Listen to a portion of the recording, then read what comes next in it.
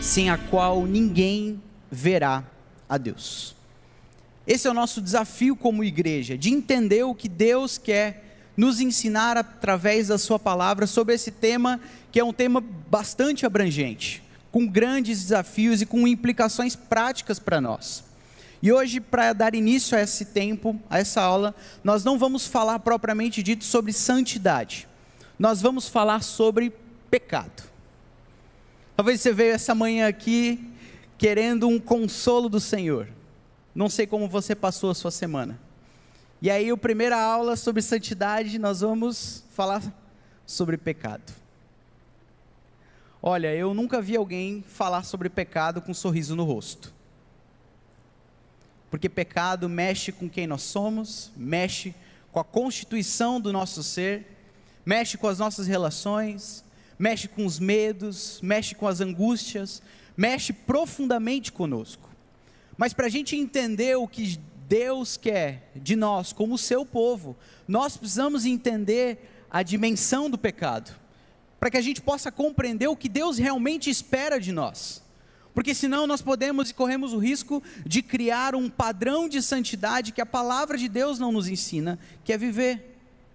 E a gente vê isso muito claramente nos nossos dias, onde santidade, primeiro que é um assunto pouco falado, e quando falado, muito mal compreendido. E para isso, o livro base que vai inspirar essa série esse livro, não sei quantos dos irmãos já conhecem, mas ele se chama Santidade, sem a qual ninguém verá o Senhor, de um autor chamado J.C. Ryle. Esse é um livro antigo. Ele é um livro que foi escrito, a sua primeira edição em inglês saiu em 1879, e esse homem que assim o escreve, J.C. Ryle, mais conhecido como Ryle ou Bispo Ryle, ele era um bispo anglicano na cidade de Liverpool, e lá ele pregou o evangelho, foi um homem fiel ao Senhor, escrevendo muitas literaturas. É um homem que tem verdades do Senhor para nos ensinar, mesmo sendo um livro já um tanto quanto antigo. Nós estamos falando do final do século XIX, mas esse livro é o livro que inspira essa série de reflexões que a igreja estará fazendo nesse tempo. Qual é o impacto desse tema na vida da igreja? Talvez você já se perguntou, ou você mesmo já teve conversas de corredor, ou com algum irmão da igreja, o que é mais importante? Uma boa teologia ou uma prática sadia? O que importa mais?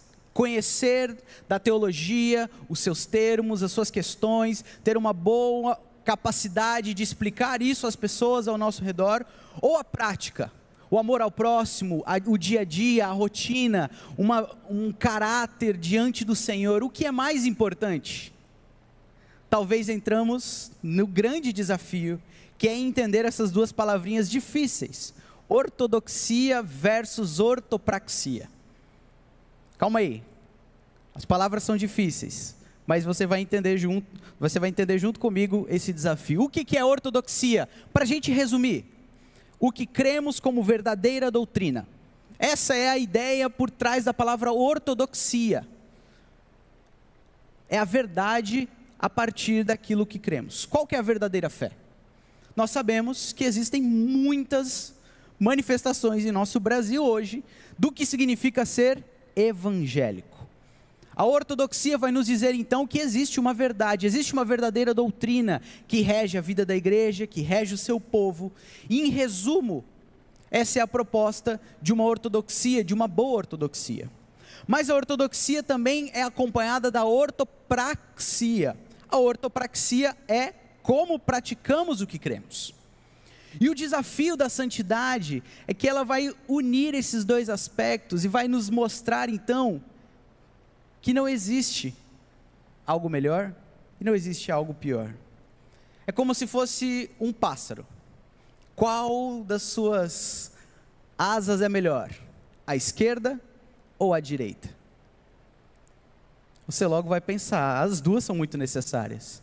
Por isso que uma igreja onde uma é supervalorizada e a outra é desvalorizada, ela acaba pendendo para problemas. Por isso nós precisamos de uma boa ortodoxia, mas precisamos de uma boa ortopraxia.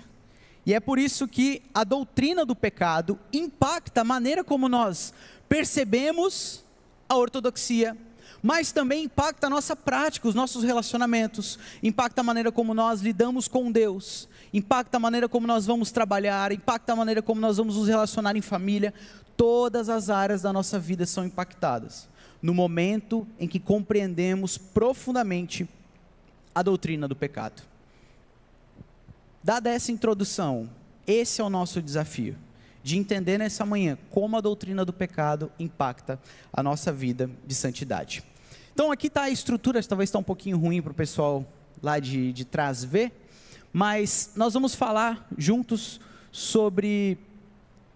Acho que não está aparecendo aqui para os irmãos, mas do lado esquerdo aqui nós temos a doutrina do pecado. Nós vamos falar sobre uma definição de pecado, a origem e fonte do pecado, a extensão do pecado, a culpa, a vileza e a ofensa e a propensão para o engano. Essa é a estrutura que Riley propõe no seu livro com relação ao pecado. A proposta dele não é escrever uma teologia extensa, profunda e detalhada sobre o pecado, mas é trazer uma definição importante para a igreja, para o seu povo, para nós, do que o pecado impacta nas nossas vidas.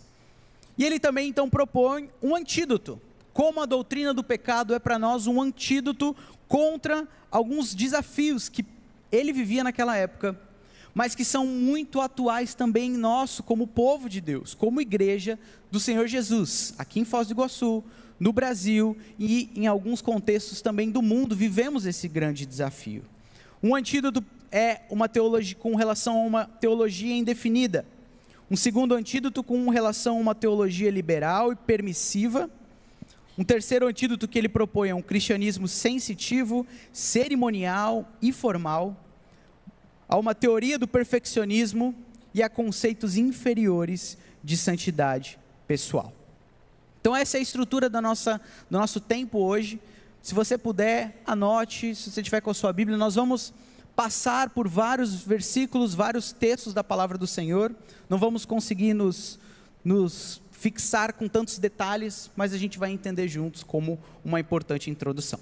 Então vamos lá, agora sim, agora está melhor. Primeiro então, é uma definição com relação ao pecado. Então, pecado, na palavra de Deus, nós precisamos olhar a partir de uma perspectiva de toda a revelação das Escrituras. Com relação ao Antigo Testamento, o principal termo que é utilizado é ratá. Ratá aparece, e o seu grupo de palavras aparece mais de 600 vezes no Antigo Testamento. É muito interessante nós percebemos a maneira como ratá significa para nós pecado. Pecado, segundo esse termo, é errar o alvo. É o erro do objetivo estabelecido por Deus, a partir da sua lei, a partir da proposta que o Senhor nos trouxe. O texto que está aí na tela, Salmos 51, 3 e 4, diz assim: pois eu mesmo reconheço as minhas transgressões. Transgressão é uma outra palavra que também traz a ideia de pecado. E o meu pecado, ratá, sempre me persegue. Contra ti, só contra ti, pequei e fiz o que tu reprovas, de modo que justa é a tua sentença e tens razão em condenar-me. Salmo muito conhecido de Davi, mostrando então esse termo. Outro texto, se o irmão puder abrir na sua Bíblia, 1 Reis 14, 22, não está projetado aqui, mas nós vamos ler juntos, 1 Reis 14, 22.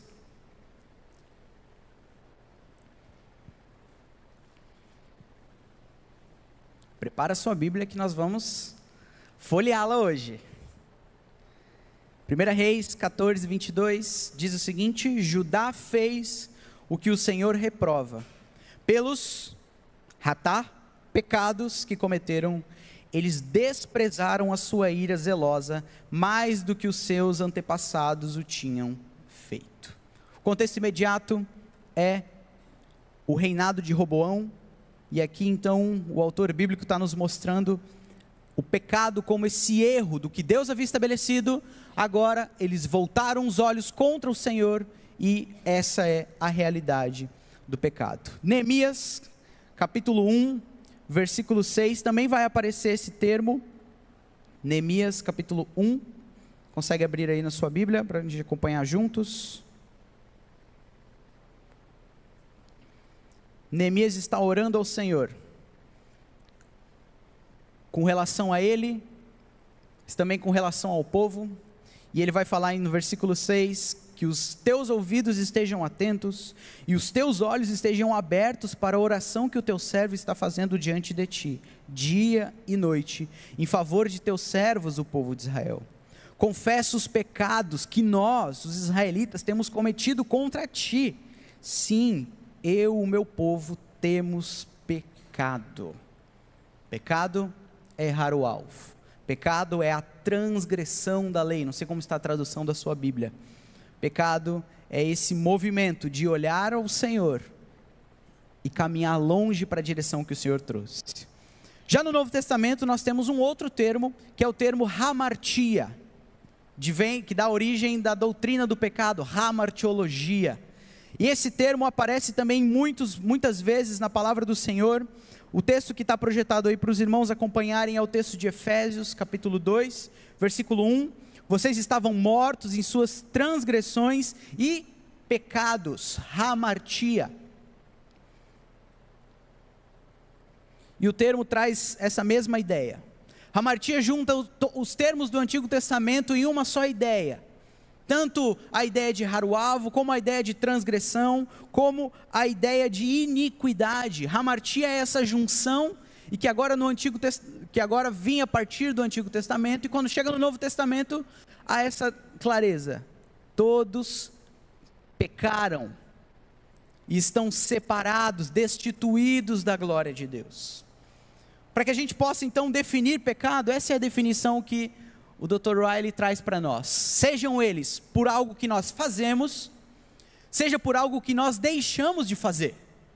Pecado é praticar, dizer, pensar ou imaginar qualquer coisa que não esteja em perfeita conformidade com a mente e a lei de Deus. Tudo aquilo que o Senhor estabeleceu de maneira santa e de maneira perfeita, que vai contra essa definição do Senhor, isso é pecado. Seja ele feito, ou seja ele deixar de ser feito o que é certo. Deu para entender a dimensão do pecado? Deu para entender uma definição importante para a gente partir? Porque quando nós vamos falar sobre santidade, nós vamos falar sobre se abster do pecado. Mas calma aí, se é aquilo que eu faço ou aquilo que eu deixo de fazer, como viver sem pecado? É possível? São perguntas que a gente vai responder enquanto a gente estuda a doutrina do pecado. Muito bem, continuando, a origem e fonte do pecado é uma realidade interna de quem nós somos, herdada de nossos primeiros pais. E aí nós voltamos lá para Gênesis capítulo 3, abra sua Bíblia junto, Gênesis capítulo 3, já muito conhecido, provavelmente você já leu esse texto, mas o que a palavra do Senhor vai nos trazer então é que no momento em que Satanás, por meio da serpente, tenta Eva então pega do fruto, come, dá ao seu marido, e a palavra do Senhor vai nos dizer que naquele momento os seus olhos foram abertos, eles tiveram vergonha e eles se esconderam de Deus. E naquele momento o Senhor vai nos mostrar então em Gênesis capítulo 3, a partir do 14, você pode ler, o Senhor declarando então as suas maldições, o Senhor declarando o que aconteceria agora com a sua criação. Ele destina-se então à mulher, ele destina-se ao homem, destina-se à terra e também à serpente. E naquele momento o Senhor então vai nos dizer no verso 15, Porém, inimizade entre você, serpente, e a mulher, entre a sua descendência e o descendente dela. Este lhe ferirá a cabeça e você lhe ferirá o calcanhar. Um texto lindo da palavra do Senhor, onde o Senhor está prometendo que viria um descendente da mulher, que um dia pisaria sobre a cabeça da serpente, e que traria então agora essa batalha, mas ele seria mordido no seu calcanhar. Aquela promessa então foi dada para aquele primeiro casal que pecou, e por isso toda a sua descendência pecou também. Gênesis capítulo 4, versículo 1, diz então que Adão teve relações com Eva, sua mulher, e ela engravidou e deu à luz Caim. Caim naquele momento é o primeiro descendente de Eva, só que ao invés dele ser aquele que vai lutar contra a serpente, vai pisar na sua cabeça, o que acontece com Caim e Abel? Caim mata o seu irmão. O pecado entrou no mundo. O pecado veio dos primeiros pais. E os seus filhos, já logo no início, mostram a dimensão e o problema que tinha com a humanidade. E a história vai nos mostrar então que Deus profere então uma maldição contra Caim, e fala: Caim, agora você terá uma marca sobre você. A palavra do Senhor vai nos mostrar a história de Caim, e lá no capítulo 4, no final do capítulo 4, nós encontramos mais uma vez Adão, verso 25 do capítulo 4, novamente Adão teve relações com sua mulher, e ela deu à luz outro filho, a quem chamou de Sete, dizendo: Deus me concedeu um filho no lugar de Abel, visto que Caim o matou. Talvez na sua Bíblia está aparecendo a palavra semente, ou descendente. Deus me deu um descendente. Mais uma vez Eva olha para a promessa de Gênesis 15 e fala: pode ser que seja esse. Pode ser que seja esse que vai acabar com esse problema que agora nos trouxe o meu pecado. Só que a história não é bem assim. A história nos mostra que agora todo o Antigo Testamento está sendo desdobrado diante de nós, onde um povo que foi chamado pelo Senhor para ser o seu povo, por muitos momentos, peca e vai longe dos caminhos do Senhor. Mas um dia, na história, veio um homem que pisou na cabeça da serpente. Romanos capítulo 5, versículo 12. Portanto, da mesma forma como o pecado entrou no mundo por um homem, Adão, pelo pecado a morte, assim também a morte veio a todos os homens, porque todos pecaram.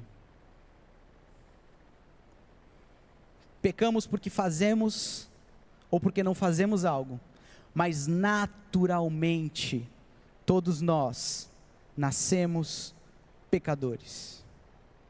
Até aquele bebezinho bonitinho lá na maternidade, dentro dele há a raiz no seu coração do pecado. Como eu disse no começo, não dá para falar sobre o pecado com um sorriso do rosto, porque isso afeta a todos nós. Continuando, a extensão do pecado. E aí ele vai trazer então essa citação, onde ele diz que a compreensão, os afetos, o poder de raciocínio, a vontade, tudo está em certa medida infeccionado pelo pecado. A própria consciência está tão cega que dela não se pode depender como guia seguro. Nós não podemos depender da nossa consciência para entender o que é pecado, para entender a extensão do pecado e a sua influência nas nossas vidas, porque a própria consciência é manchada pelo pecado. A própria consciência é manchada pelo pecado. Gênesis 6, 5, o Senhor viu que a perversidade do homem tinha aumentado na terra, e que toda a inclinação dos pensamentos do seu coração era sempre e somente para o mal.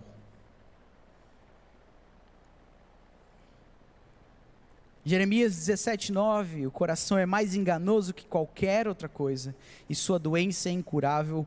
Quem é capaz de compreendê-lo? Quem é capaz de compreendê-lo?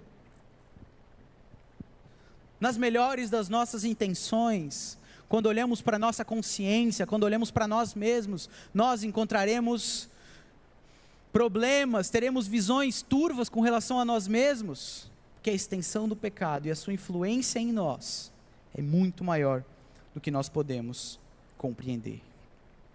Mas ele continua, no seu livro, J.C. Ryle propõe então com relação à culpa, à vileza e à ofensa do pecado. E aqui ele traz uma citação trazendo um compilado de vários textos bíblicos. Gostaria de ler junto com os irmãos. Diz assim: não obstante, fixemos na mente com firmeza que o pecado é aquela coisa abominável a qual Deus aborrece, e que Deus é tão puro de olhos que não pode ver o mal. E que qualquer que tropeçar em um só ponto da lei de Deus se torna culpado de todos. E que a alma que pecar, essa morrerá. E que o salário do pecado é a morte, e que Deus julgará os segredos dos homens. E que é o lugar onde nunca morre o verme, nem o fogo se apaga, e que os perversos serão lançados no inferno. E que irão estes para o castigo eterno, porquanto nos céus nunca jamais penetrará coisa alguma contaminada, nem o que pratica abominação e mentira. Essa é a dimensão do pecado, essa é a realidade, a culpa, a ofensa que o pecado tem diante de Deus. Deus não lida com o pecado de maneira leviana. Pecado é algo que fere ao Senhor.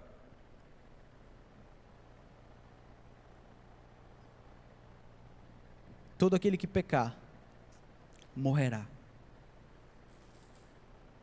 Essa é a dimensão do pecado. E o pecado em sua natureza, se a gente pudesse resumir, essa é a proposta do autor. Ele diz que ele é engano. Temo que não percebemos, de modo suficiente, a extrema sutileza da nossa doença da alma. Pecado é engano. É isso que aconteceu lá em Gênesis capítulo 3. Gênesis 3 vai nos mostrar então a gênese da tentação. É isso. É engano. É o momento onde a serpente chega diante de Eva e pergunta para ela: então vocês não podem comer de nenhum fruto? Não comam de nenhum fruto das árvores do jardim? Eva fala: não, você está enganada, não é isso. Na realidade nós podemos comer do fruto das árvores do jardim, mas Deus disse: não comam do fruto da árvore que está no meio do jardim, nem toquem nele, do contrário vocês morrerão. Verso 4 mostra então que a serpente vira para a mulher e fala: certamente não morrerão. Você não está entendendo, Deus está enganando você, eu estou aqui para te trazer a verdade agora, certamente não morrerão. Deus sabe que no dia em que dele comerem, seus olhos se abrirão, e vocês, como Deus, serão conhecedores do bem e do mal. Pecado em seu início é o engano.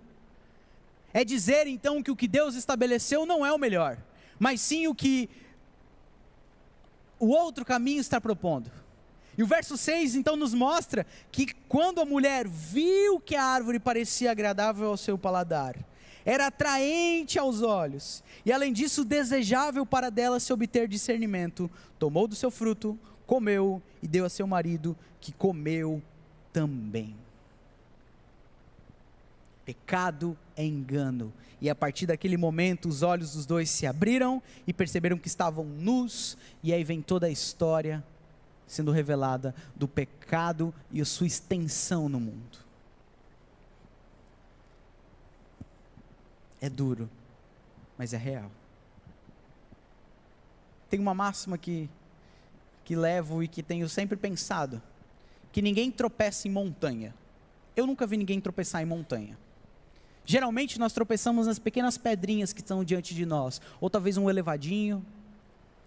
Pecado começa com coisas pequenininhas no nosso coração, para que talvez em algum momento aquilo se torne gigante, que a gente não consegue nem mais discernir o que é errado, o que é certo, e fica aquela bagunça, mas ele sempre começou como um pequeno engano. A tentação é essa, é propor que o caminho que Deus trouxe para você não é o melhor, mas o que você no seu coração, o que eu no meu coração olhamos e falamos: esse daqui é o melhor para mim, eu sei o que é melhor para mim, Deus não sabe o que é melhor para mim. Estamos sendo enganados pelo pecado, e a sua extensão. Por isso, Hebreus capítulo 3, versículo 13, ao contrário, encorajem-se uns aos outros todos os dias, durante o tempo que se chama hoje, de modo que nenhum de vocês seja endurecido pelo engano do pecado. É por isso que nós precisamos falar sobre esse tema. Por isso que nós precisamos ter claro diante de nós. E é isso que Riley propõe no seu livro. A doutrina do pecado não é algo a qual nós devemos brincar. Não é algo que nós estamos falando do outro que está lá fora, porque nós aqui estamos livres e libertos e tranquilos disso. Não. O pecado é sério. É tão sério que matou o Senhor Jesus numa cruz para que a gente pudesse chegar diante de Deus. E aí nós chegamos à conclusão, então, que nós somos muito piores do que podemos descrever. Essa é a fala desse senhorzinho que recentemente faleceu, Timothy Keller, pastor na região de Nova York. Ele vai dizer no seu livro, falando sobre a igreja, que nós somos muito piores do que nós podemos descrever. Diante do espelho, nós sabemos quem nós somos. Só que a gente não consegue, por conta de todo esse movimento do pecado, a gente olha para nós mesmos, ora nós achamos que somos muito bons e bons no que fazemos, e que temos um valor muito acima daquilo que o Senhor nos traz, ora olhamos para nós mesmos e falamos, eu não tenho valor nenhum, eu sou um pecador miserável, eu não mereço do amor e do poder de Deus. Vivemos nessa oscilação constante, porque o pecado tem um impacto muito grande nas nossas vidas. E a doutrina do pecado produz em nós esse movimento de olharmos para o pecado, olharmos para o Senhor e nos humilharmos diante do Senhor, nos dobrarmos de joelhos e falarmos, Senhor, tenha misericórdia, sê propício a mim, Senhor. Mas também produz em nós uma gratidão pela obra de Cristo, muito maior, que se renova todos os dias. Porque se o pecado é dessa dimensão, dessa extensão, o amor de Deus é um amor que nos dá acesso a chegar diante de Deus. Não porque eu e que você tivemos consciência ou que fizemos algo muito bom para isso. Por causa dele, veio até nós, morreu numa cruz, e de graça podemos ser salvos, ao crer no seu sacrifício substitutivo. É por isso que ele continua, essa frase é uma das frases que para mim mais marcam, e se eu puder descrever para alguém que ainda não conheceu a Jesus, para alguém que ainda não ouviu do Evangelho, o que é o Evangelho, qual é o impacto do Evangelho? O impacto do Evangelho é que nós somos muito piores do que podemos descrever, mas muito mais amados do que podemos imaginar, não porque fizemos algo, mas porque Jesus nos amou na cruz, nos libertando do pecado, e agora nos chamando para ser o seu povo e viver em santidade. Amém? Dá para surgir um sorriso no rosto agora, né? Dá para começar agora a refletir com mais profundidade sobre a importância da santidade. Agora nós vamos passar, caminhando para a segunda parte da nossa reflexão dessa manhã, da nossa escola bíblica. Como o autor propõe que o pecado ele é um antídoto, que vai guiar a nossa caminhada de santidade, vai guiar a nossa maneira como vivemos a vida diante do Senhor. E esse antídoto, são vários pontos que nos ajudam agora diante dos desafios da caminhada cristã. E esse primeiro antídoto é com relação a uma teologia indefinida. O que ele está dizendo? Ele está dizendo que há um movimento, havia naquela época e que continua até hoje, um movimento de pessoas que olham para fé em Cristo Jesus, que olham para a palavra de Deus e olham para ela de maneira leviana, olham para ela de maneira descuidada, entendendo então, sim, existe a graça de Deus, o amor de Deus, e está tudo certo, está tudo tranquilo, está tudo resolvido, os meus problemas acabaram com relação ao pecado. É só eu crer em Jesus e pronto. Não se fala de pecado. Para que falar de pecado? É um assunto agridoce.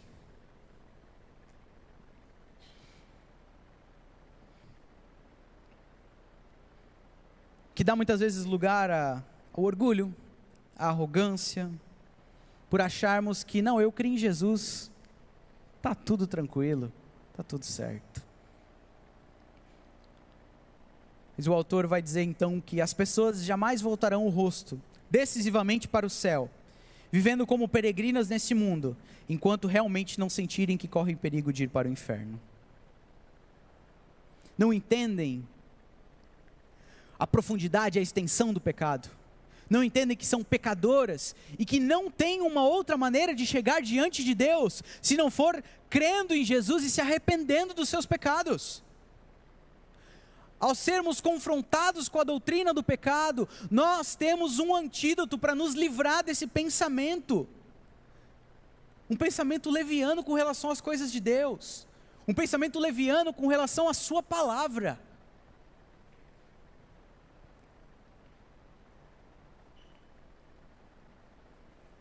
Por isso que nós precisamos de um bom entendimento com relação ao pecado.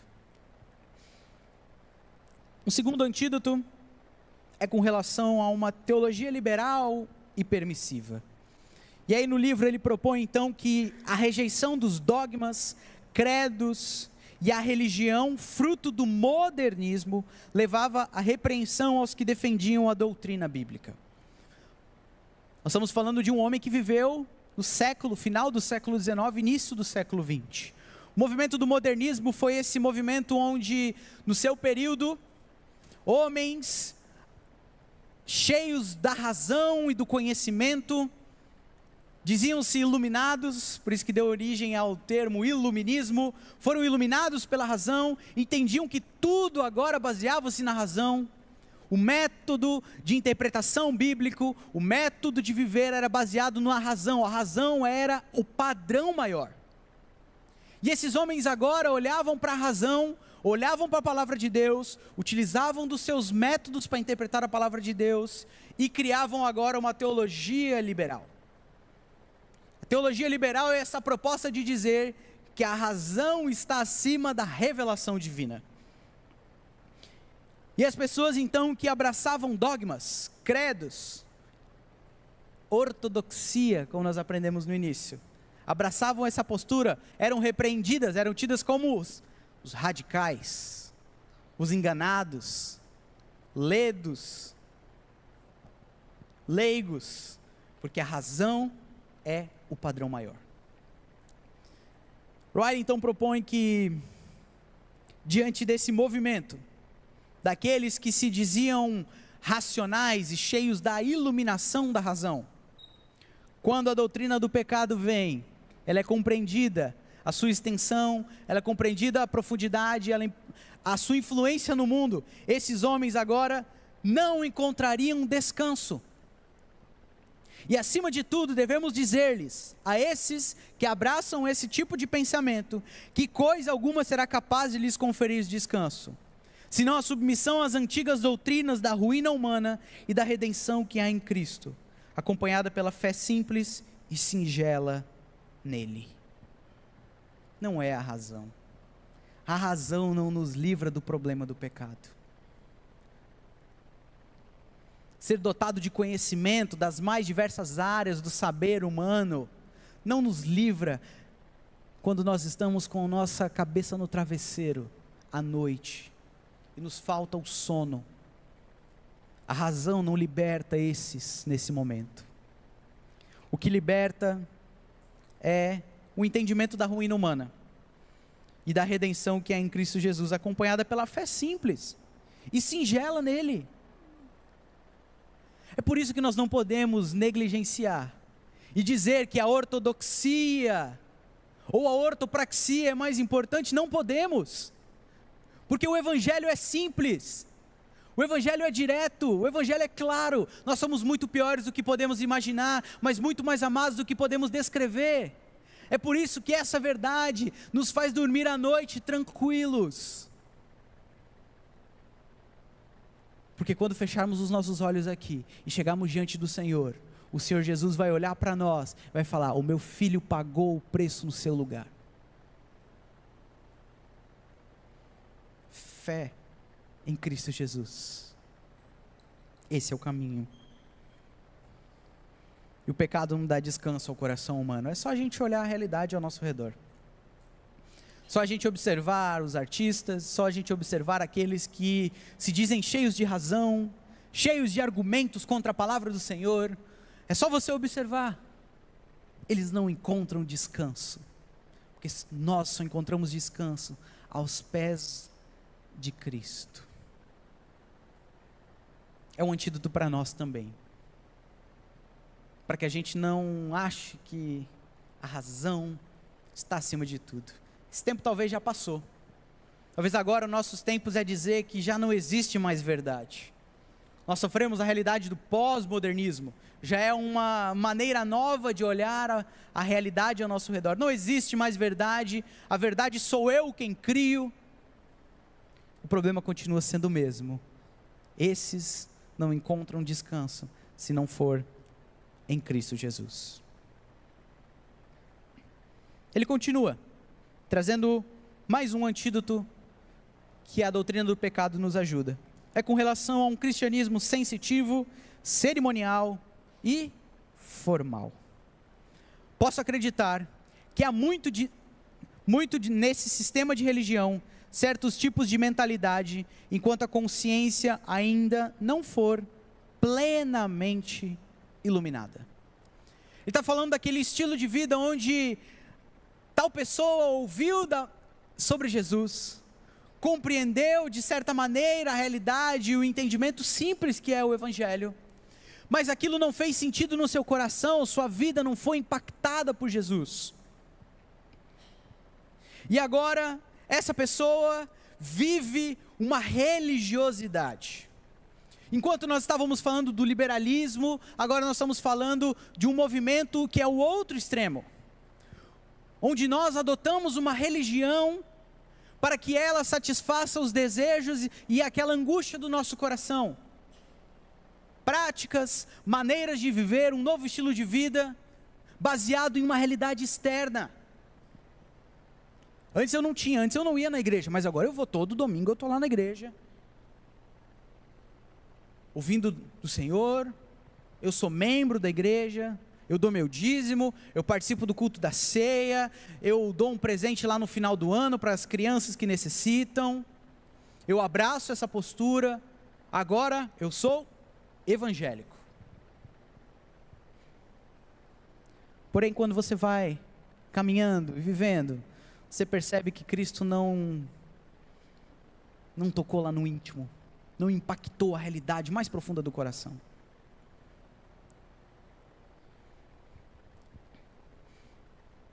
Riley vai dizer que esses são como crianças distraídas. Você que tem filho, quando você vai para algum lugar e seu filho está lá querendo brincar, fazer bagunça, e você vai dar um brinquedinho para ele se distrair. Hoje em dia é o celular, né?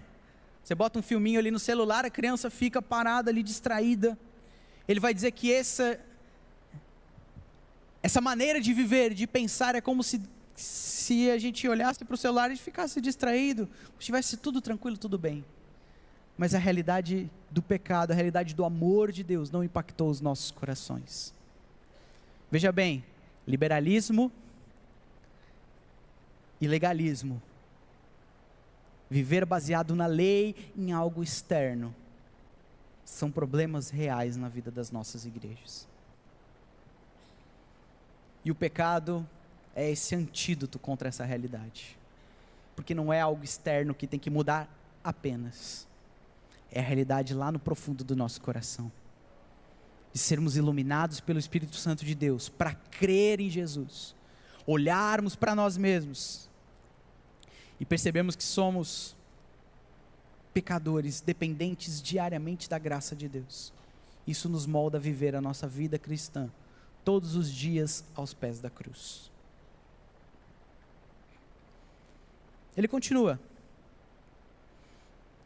E ele vai tocar num ponto que tem suma importância com relação à santidade. Ele vai dizer então com relação às teorias do perfeccionismo. Ele vai dizer então que há imperfeições em nossas melhores obras. Não amamos a Deus como estamos na obrigação de fazê-lo, com todo o coração, mente e forças. Não tememos a Deus como deveríamos fazê-lo. Não oramos a Deus senão com muitas e grandes imperfeições. Damos, perdoamos, cremos, vivemos e temos esperança de modo imperfeito. Falamos, pensamos e agimos imperfeitamente.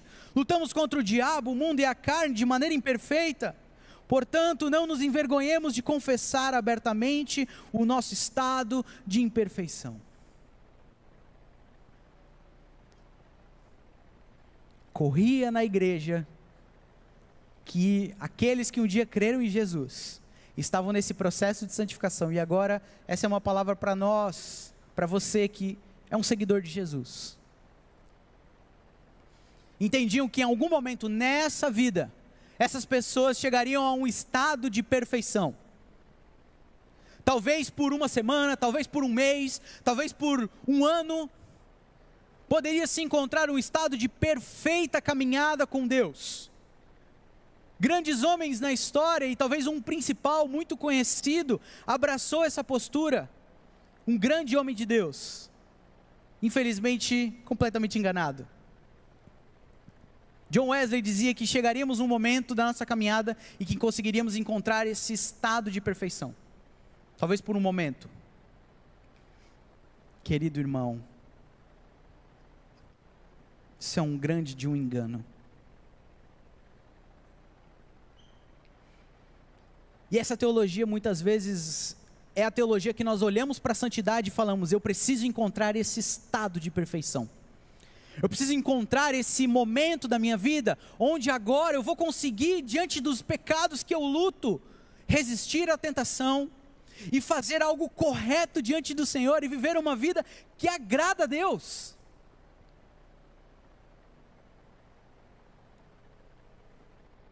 Mas aquilo que fazemos, não chegaremos nesse padrão. E a palavra do Senhor vai nos mostrar isso. Abra sua Bíblia, lá em 1 João. Capítulo 8, 1 João, capítulo 1, perdão, versículo 8, muito conhecido, que para nós baliza a nossa caminhada cristã, é um norte para nós como seguidores de Jesus. O contexto está no versículo 5, nós vamos ler a partir do 8, mas ele está falando que Deus é luz e nele não há treva alguma. 1 João capítulo 1, versículo 8. Ele vai dizer então que se afirmarmos que estamos sem pecado, enganamos a nós mesmos, e a verdade não está em nós. Se nós estamos falando então que não há pecado em nós, nós estamos olhando para o Senhor e estamos falando: calma aí, alcancei esse estado tão importante, tão necessário da vida cristã. Mas João está falando para uma comunidade de seguidores de Jesus, falando: não, vocês não estão ao lado da verdade, vocês não estão com a ortodoxia do seu lado, vocês estão inventando isso na cabeça de vocês. Verso 9: se confessarmos os nossos pecados, Ele é fiel e justo para perdoar os nossos pecados e nos purificar de toda injustiça. Mais uma vez um se. Se afirmarmos que não temos cometido pecado, fazemos de Deus um mentiroso e a sua palavra não está em nós. A questão não é não pecar. Santidade não tem a ver com isso. Santidade tem a ver com uma vida diante do Senhor. Santidade tem a ver com o versículo 9. Se confessarmos os nossos pecados, a palavra do Senhor vai dizer que Deus é fiel, Deus é justo. Dois dos seus atributos que particularmente me chocam de entender que Deus é fiel apesar de nós não sermos fiéis a Ele. Deus é justo apesar de nós sermos injustos, pecadores e transgressores da lei. Ele é fiel e justo para nos perdoar os nossos pecados. E não somente isso, nos purificar de toda injustiça. Esse é um versículo para a gente anotar e deixar ali pertinho da nossa cama, na cabeceira da cama, para lembrar todos os dias de manhã. Que esse Deus é fiel e justo para nos perdoar. É por isso que ele está falando que nós devemos confessar abertamente o nosso estado de imperfeição. E ao fazermos isso, nós produzimos uma comunidade de pessoas que entendem quem são diante de Deus. Entendem que na realidade o pecado ainda é uma luta constante, mas que quando o nosso irmão ao lado peca, a palavra do Senhor vai nos dizer que nós devemos ir lá e ser suporte a ele. Se algum dos seus irmãos for pego em falta, Gálatas capítulo 5, o que a gente deve fazer? Vai lá, repreende-o, ajuda-o, ama-o, cuida, porque nós olhamos para nós, entendemos a dimensão do pecado em nós, e a gente começa agora a agir com misericórdia e com amor diante das pessoas que estão ao nosso redor.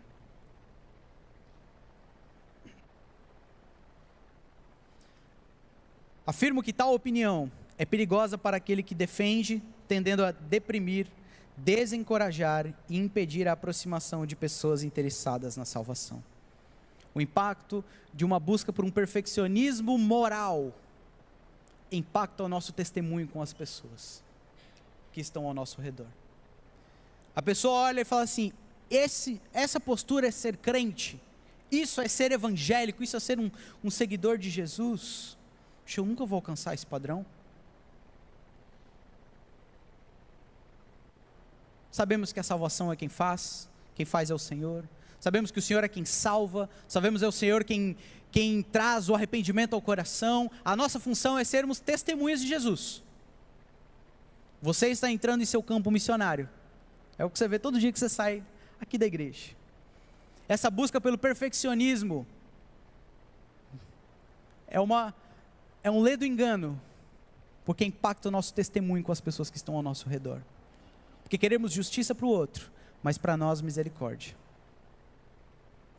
Por isso nós precisamos desse antídoto nos nossos corações. Último antídoto é com relação aos conceitos inferiores de santidade pessoal. Em seguida, cumpre-nos procurar perceber que é terrivelmente possível a um crente viver de modo descuidado, sem vigilância, namorando o mundo, ao mesmo tempo em que defende princípios evangélicos e se considera parte do povo evangélico. Esse homem escreveu no final do século XIX. Isso é muito atual. Por isso que nós não podemos ser uma igreja. E quando eu estou falando de igreja, eu não estou falando dessa igreja, irmãos. Estou falando da igreja do Senhor Jesus.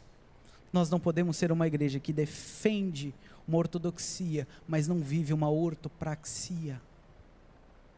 Porque senão nós corremos o risco de namorar o mundo defendendo boas ideias, defendendo verdades bíblicas, mas lá na nossa vida, o impacto do evangelho não produz amor às pessoas que estão ao nosso redor, não produz o homem cuidar da sua casa, da sua família, da sua esposa, não produz a esposa cuidar do seu marido, da sua casa, dos seus filhos, não produz amor entre pai e filho, filhos e pais. Porque olhamos, entendemos que agora temos bons conceitos, mas a nossa santidade pessoal vive pequenininha.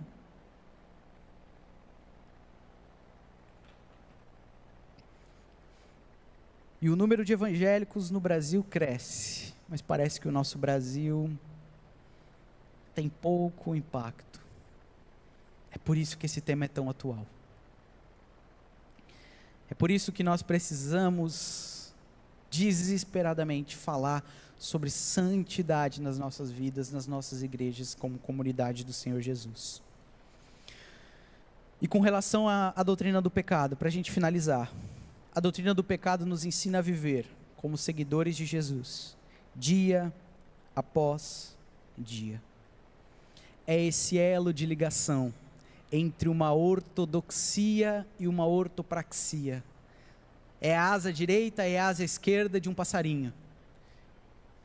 É aquilo que nos faz ser povo de Deus e viver uma vida que agora é a parte daqueles que já creram em Jesus, que é a parte em viver uma vida de santificação. É esse movimento bíblico onde agora eu vou me despojar da antiga vida, eu vou renovar a minha mente, agora eu vou me revestir do novo em Cristo Jesus.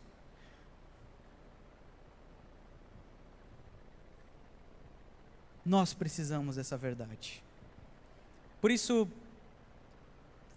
convite para que você esteja como igreja, que a gente possa estar juntos nesse momento, refletindo sobre esse tema. Se você puder ler esse livro, é um livro com verdades muito práticas, para que a gente possa compreender, para que a gente possa caminhar nessa vida de santidade como povo santo de Deus.